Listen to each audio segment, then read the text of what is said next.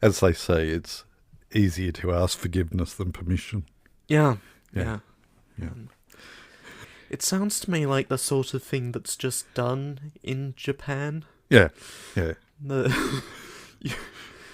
It's like retrospective planning permission. If nobody notices, it's all right. Yeah. I don't know why we're talking about this now. No, we shall talk about it after this. Colin had a problem and a microphone to spare. Thomas took it up and so the podcast went to air. For weeks and months they trolled through every single DVD. They've unwrapped all the ones they can and now they're cellulose free.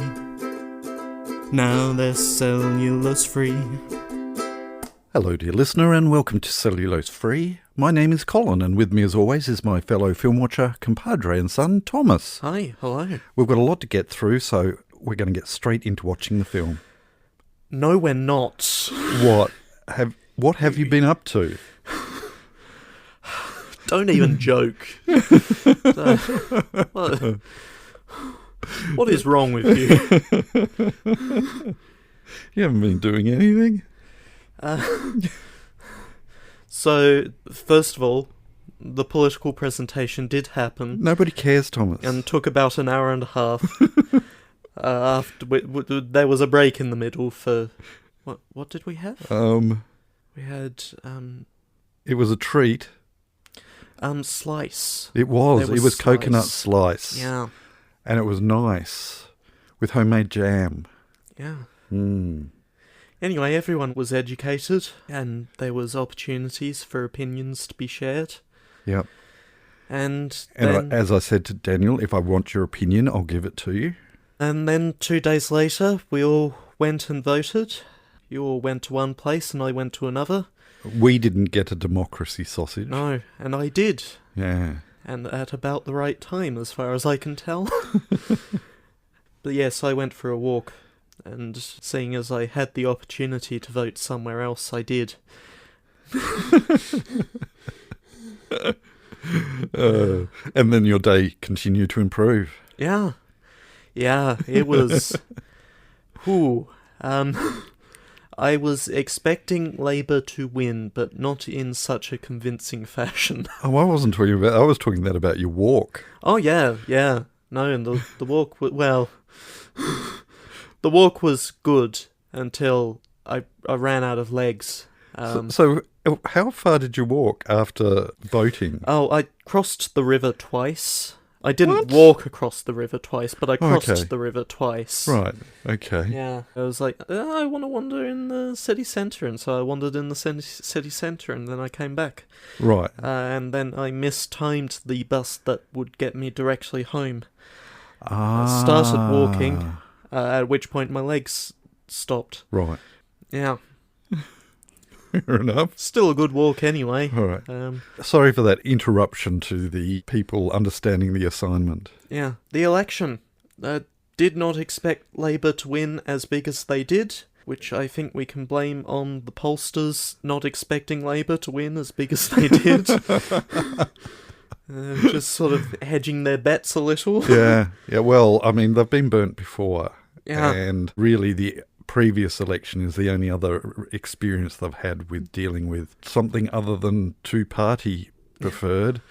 And that did have some impact this time around, but it was very much a lowercase liberal onslaught to wipe out large amounts of uppercase liberal conservative party. And as far as I can tell, almost all of the Liberals' internal pollsters were trying to soften the blow a little. Yeah, so they've known for some time. And so there have been legal threats made by members of the coalition towards their internal pollsters, who presumably are perfectly legally in the clear because there'll be clauses in their contracts that allow them to be wrong. I was listening to the Fontcast recently, produced by Font PR, owners of EMRS, and apparently they were giving excellently close numbers to the Tasmanian Liberal Party, and they have no idea what was going on with the rest of the country. Well, I mean, I certainly had my suspicions, but when the leader of the opposition did actually say, look, I think we've muffed it, and... Yeah. Yeah. You did. He, much like Canada, actually lost his seat. So even if they managed to get in somehow, he wouldn't have been the Prime Minister. The first time that an opposition leader has lost their seat Yes. at a federal election. It was quite eventful. Yeah. And, things are still coming out in the wash-up. I think there's still... a week and a half before postals have to be received in the AEC's hands, so Yeah. I think there's a 3-way race for 2 seats in the Tasmanian Senate, which didn't think we'd be at this stage considering a possible 3 Labour, 1 Greens Tasmanian Senate. Yeah. There's not supposed to be a 4th left seat in Tasmania. Lambie only really counts for half. Yeah, well, that's right. Yeah. So. Yeah. And just consuming media. There has been some media. Yeah? I have been pretending that I'm in the UK by completely legitimate means. Oh. And watching their version of Genius Game. I was South going to Korean ask whether format. you had managed to Yes. Yes. find a way to watch that. Oh yeah, my VPN of choice did a perfectly good job. Excellent. Yeah, and it's not the same as the Korean version, and it was never going to be the same as the Korean version because, Korea. editing conventions, very different Yeah. over there. Yeah. Lot of text on the screen, and big text on the screen when something happens. Yeah. Which you don't get in the UK. No. It doesn't happen. And Doctor Who has been continuing, and it has certainly been a season of Doctor Who. Read that how you will. Yeah. And meanwhile, in derivatives of The Genius, produced by the people who originally made The Genius, The Devil's Plan has kicked up again over on Netflix. And the first 4 episodes were long. They were about an hour and a half each, all dropped at once. Right. And there's still another 8 episodes to come in this season. Those are the Korean... Yes, Yes. The Devil's Plan, yeah, it seemed... I guess, alright. sorry, I should say South Korean, shouldn't I? Should I? Yeah, probably. I'm not going to be talking about North Korea, am I? Well, I mean, that's what I'm figuring. It's, anything that's going to come out of that, in quotes, country is going to be from South Korea. Possibly the episodes that we have got so far could have done with a little bit of elision, which is to say cutting out bits that don't necessarily matter, but it's still good. Yeah. I'm still enjoying it. And Dropout, Game Changer, started a few weeks back, and 3 solid episodes so far. I'm nodding knowingly at Thomas again. It's just very good concepts coming across. So far we've had, you are given challenges that you need to come back in a year having completed. We have had physical challenges that you don't know that you will be completing again a week from now to defeat your personal best instead of competing directly with each other. Right. And we have had Dropout, typically a comedy streaming service. And so the challenge this week was they were told to not do any bits. Sort of funny challenges, but you're not allowed to be funny. You have to be sincere. Right. Yeah. Okay. It's all been solid. I don't know if I can bring myself to watch that 3rd one again, though. Sincerity leads to awkwardness, and I'm not great with awkward. Right. Okay. Yeah. Good. Yeah. And I think Jet Lag wrapped up last week, so there's outtakes for that this week. And that was also a very good for being very short season. Right. And I think that's everything that happened this week. There is more next week. Poker Face starts up again tomorrow, but fortunately that's only running at 1 episode a week, so Okay. not much to catch up with. What have you been up to? Well, I've been watching Rancid Fish, Oh. and that's 5 episodes a week. Yeah. Is dropping of a 58 episode season. Mm-hmm. And Thumbnails, which is great. Toenails is really good too. They're alternating weekly, so it's Thumbnails 1 week and Toenails the next. Is it sort of like one set in one time period and the other is set in another time period? That's right. And, Yeah. and they sort of link together in ways that aren't obvious. No, that's right.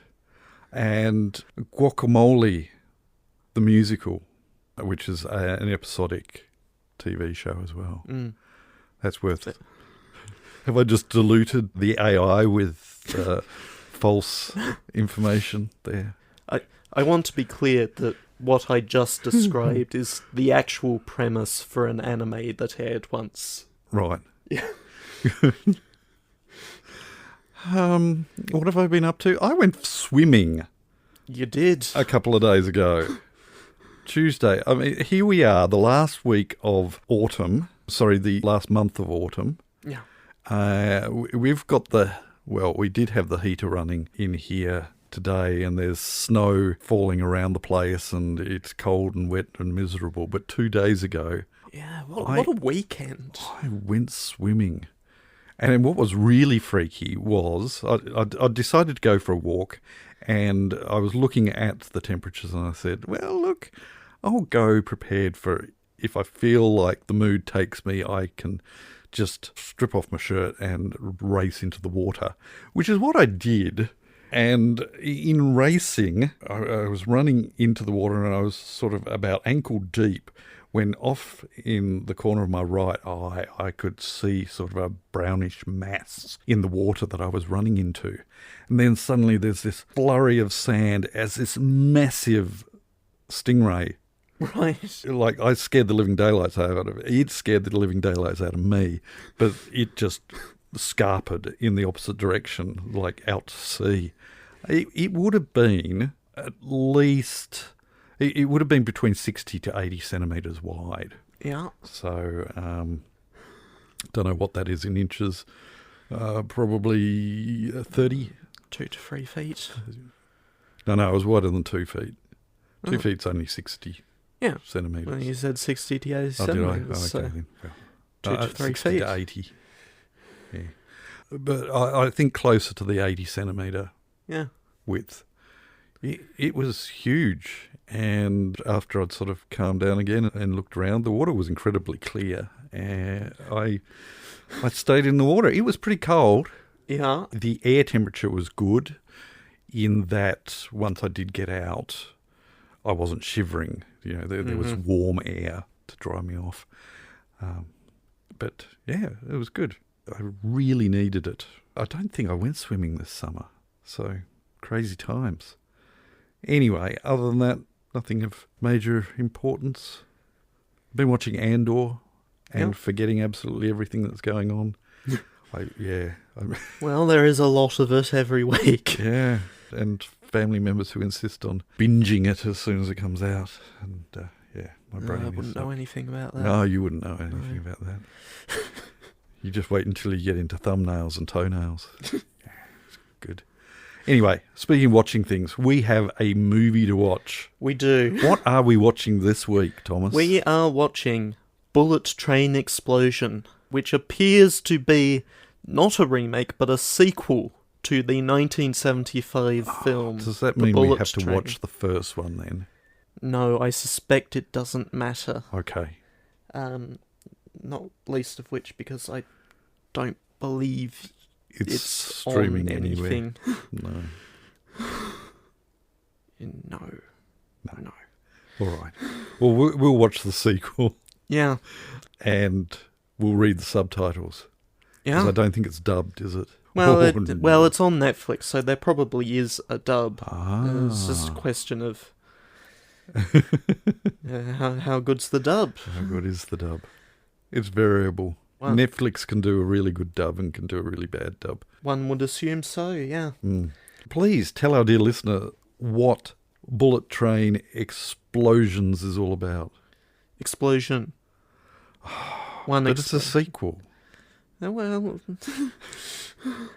When panic erupts on a Tokyo-bound bullet train that will explode if it slows below 100 kilometers an hour, authorities race against time to save everyone on board. Now, have you determined, because that sounds very much like Speed, whether that was the same premise in Bullet Train? The Bullet And therefore Train... was Speed a rip-off of Bullet Train? Well, in the Bullet Train, it was just 80 kilometers an hour was the lower limit. But yes, there is some amount of inspiration that went into Speed. Exactly how much is not clear, because technically speaking, Speed was inspired by a film that the person who had seen it remembered having a bomb, but did not actually have a bomb. Oh. Which was the premise of the Bullet Train. Right, okay. Are we getting into spoiler territory? No. The Bullet Train did have a bomb. The person who saw a film assumed that it had a bomb. Right. A film. That was not the Bullet Train. Wasn't the... Okay. Yeah. Clear as mud. Yeah. All right. We are watching it on Netflix. Yep. So maybe some of you have already watched it, as we suggested last week. Maybe some of you haven't. Who is to say? It is not me. We're going to watch it, and then we're going to come back, and we're going to talk about it. So we shall catch you on the flip side. Switch to track B. Which puts you right into a siding full of mongrels.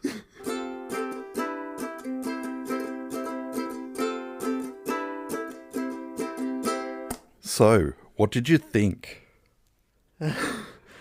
First of all, the previous film in this loosely defined series, The Bullet Train, was not produced with the cooperation of Japan Rail.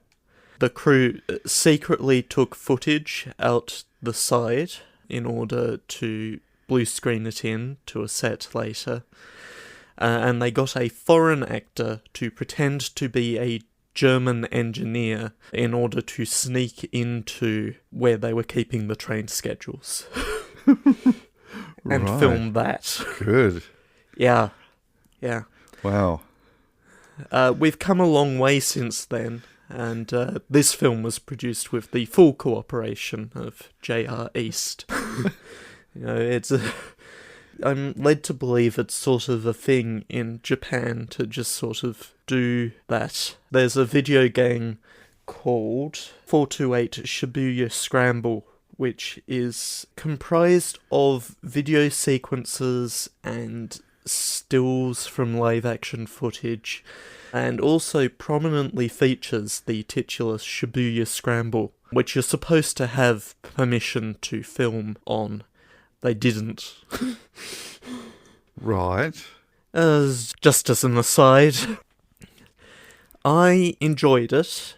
I feel like it possibly could have done with either one fewer subplot or one fewer beats, but I'm not sure which you could cut. Yeah, and I felt that, at the risk of puns not intended, it ran out of steam in the last quarter, which one would have thought would actually be the intensifying to a climax, but it just sort of suddenly slumped, and I don't think it recovered enough for it to be a really impressive climax. And that slumping had a lot to do with the exposition of where everyone is connected and the connection to the original film. And we have not yet sufficiently explored the motivations of the characters. Yeah, and I'm thinking, okay, up to, and spoilers possibly here, the dramatic rescue of 99% of the train, that's when it slumped. Mm. And it was going really gung-ho up till then, and I was, there was a constant pulse of adrenaline happening. But then, unlike, say, in the Alien/Aliens scenarios where you think, everything is fine now, and then be allowed to settle down and then get hit with the psych, it's not over yet. You knew this wasn't over yet. You knew that people were in peril, but it just lagged there. The peril is impending, but it's all the way over there, so let's not worry about it for a bit. Yeah, and whether that is a cultural thing or I don't know, but I just wanted it to keep going and finish, I guess. I was all prepared for that, not to be suddenly, okay, we're just going to take a break here to tell you about what's actually going on. Almost to the point of, let's start playing a Walk in the Black Forest in the background. So, I've got mixed feelings about that. The pacing was going so well and then... and then didn't build up enough to make the ending a really good, solidly satisfying ending either. However, they had enough lens flare to fill probably 3 J.J. Abrams Star Trek films. Well, there's windows everywhere. So much light to hit those cameras. That's right. More light! More! I don't have much else to say about that. I think, other than right at the very start, the acting was pretty good. Yeah. The film does get cheesy in places. It does get very cheesy in places, yes. Again, at risk of offending a culture, that might be a cultural difference. Yes. There were certainly points where you got the vibe that this would certainly be more appreciated, or that scene might be more appreciated by those living in the culture. Mm-hmm. And we're missing a nuance there. So, I'm feeling like I hated it, but I feel like I'm sounding like I hated it, and I didn't. That it was, for the most part, a good adrenaline-pumping romp. But I also am tempering that with, say, Unstoppable. Again, a runaway train scenario instead, but they still ultimately need to stop it before it gets to populated areas, and the way that they do that. And based on a true story, but as far as keeping the adrenaline rushing there, I found that far more satisfying if we're talking about trains that need to be stopped but aren't easy to be stopped. Possibly an unfair comparison, budget-wise and actors-wise and cultural familiarity-wise. But, You say budget-wise, effects-wise, it felt maybe a couple of years behind its time. Yeah. I did find that really surprising. Not terrible, but not quite perfect. Yeah, I think a full generation of effects behind, which is surprising because certainly other things that I've seen coming out of Japan have been very top-notch and incredible. Sort of just not quite believing that it's in the place that it is. Yeah. The reflectiveness of a surface is not quite right, or a plastic barrel filled with water doesn't quite look like a plastic barrel. And there were certainly some explosions that were a good generation behind. Yeah. Do you know what the budget was for it? That is a good question. I can pull that up. Now, of course, Netflix wouldn't want to talk about it, would they? Yeah, that's what I was afraid of. No idea. No idea. But probably high-end telemovie level. Actually, that's hard to say nowadays because the types of money that they're spending on a TV series is just ridiculous. The unsustainable amounts. Yes. The amounts that they're spending that they could be spending on films. Yes, that's the one. Yeah, I'm feeling very empty as far as that is concerned. Do you have anything else you wish to say about that film? No. Check it out. All right then. Well, we shall move on then. Yes, let's. The following segment has no title. Thank you. Both our comments today come from Discord. We will start with Entuosferatu. Hi, Entuosferatu. City government ruins local wetland. Criminal. Absolutely criminal. I know I watched The Old Guard, but I remember almost nothing about it. For a high concept, what an unremarkable film. It's funny you should mention that, because during the recording of this podcast, I suddenly thought back as to how much I could remember of what happened in it, and I couldn't. I can't remember how it ended. So, yeah, I remember certain, which is quite bizarre for me, I could remember certain faces.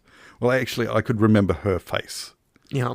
Because she has quite a characteristic face. And being brutally militaristic. But other than that, yeah, very little recollection of it. So I understand your comment. Yeah, the problem is when you go high concept with an action movie, you have to explain the concept, and that can take some time. Yeah, and you saying that has actually jogged a couple of memories as to, what's he talking about high concept? Oh, okay. I remember a bit more of the plot now. And E of Pie. Hi, E of Pie. Says, at the end of the episode, Stinger, I feel like Colin was about to tell me to ring that bell. Ringing the bell being a reference to the common parlance in YouTube speak in recent years, where ringing the bell, which is to say clicking the bell icon next to the subscribe button, adds it to your notifications, which is a separate thing from your subscription feed. That's right. It will let you know as soon as we put out new content. Before we continue, there's a number of YouTube videographers that I follow who use that line. And before we continue, please tap that like button. Yeah. Well, what? Hang on, I haven't seen what there is to like yet. My favourite bit of YouTube parlance is the awkward segue to a sponsored segment. Uh-huh. Yes. I've seen some very talented segues into internal advertising. So much so that I actually watch it. Yeah. But others that even have a sort of a sliding line so that you can skip and know that you're not going to miss anything by doing so. The one that might not even necessarily be moving at a constant pace. That's the one, yes. Yeah. You don't see that on our podcast. No. Especially not on our video vlog cast.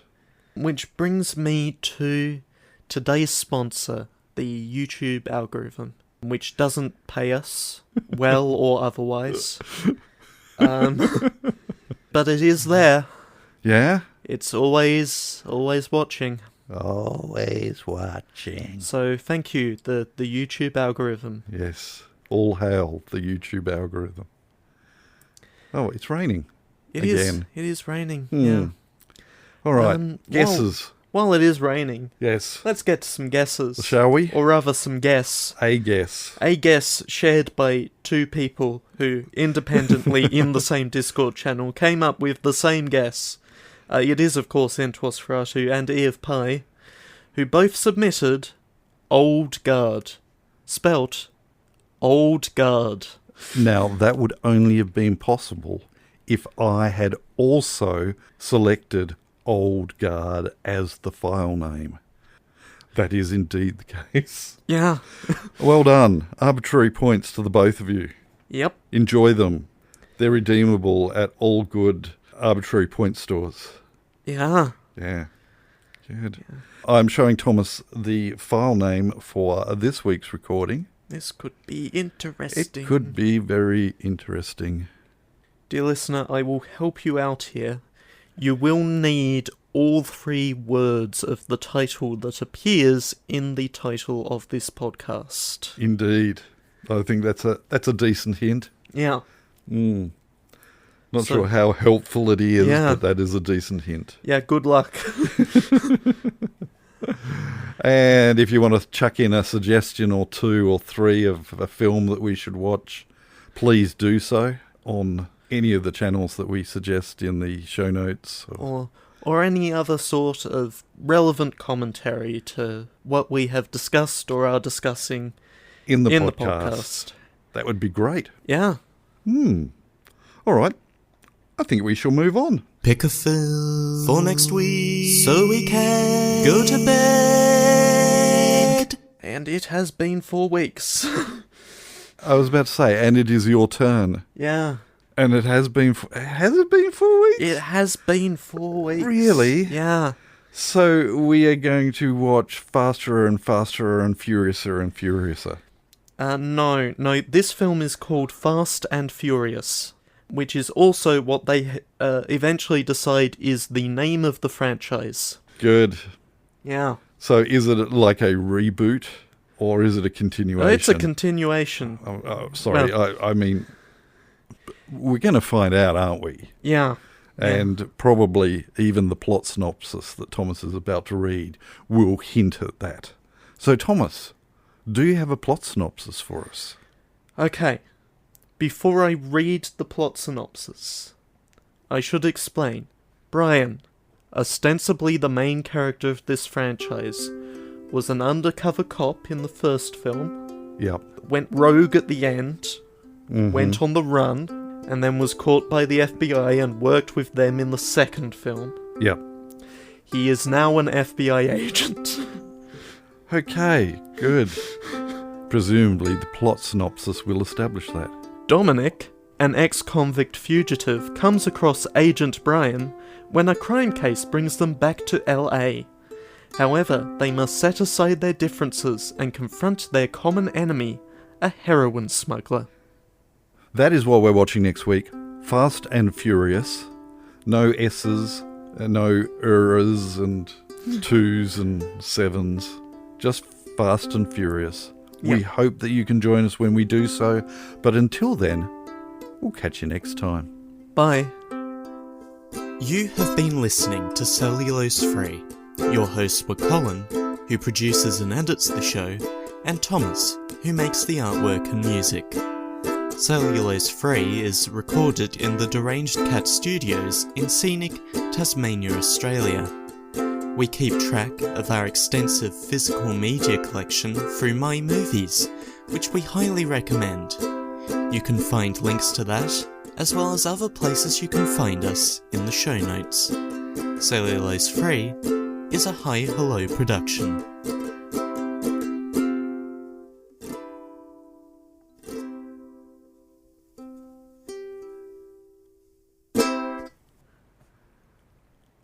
Huh. Yeah. I feel I've let down our audience by having so little to say. Oh well. I don't blame you. It was a long film, and if I'm thinking correctly, a fairly long record also. Yeah. All right, then. I'm stopping. Yeah.